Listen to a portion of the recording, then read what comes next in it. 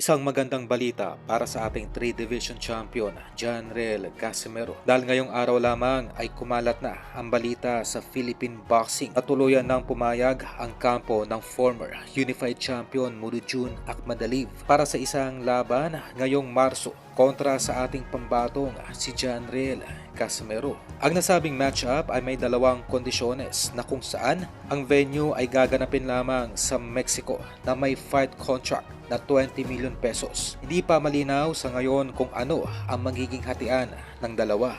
At mula sa ating pinagkakatiwalaang source, ang biglaang potential fight ng ating pambatong si Casimero kay Akmadaliv ay dahil sa nakipag-ugnayan na mismo itong si Chavit Singson sa dating matchmaker ni Casimero at tumatayong MP President ngayon na si Sean Gibbons. Bigay na ang nasabing big fight kay Alas kontra Akmadaliv.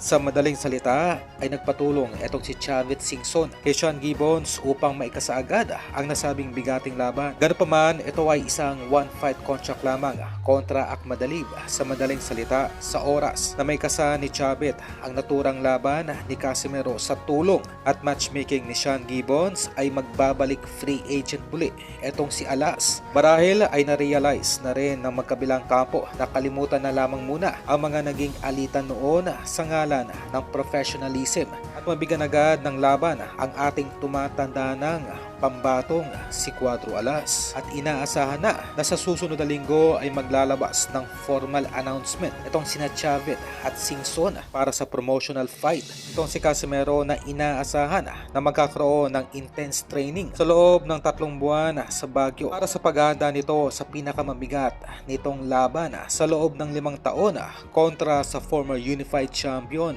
Akmadaliv.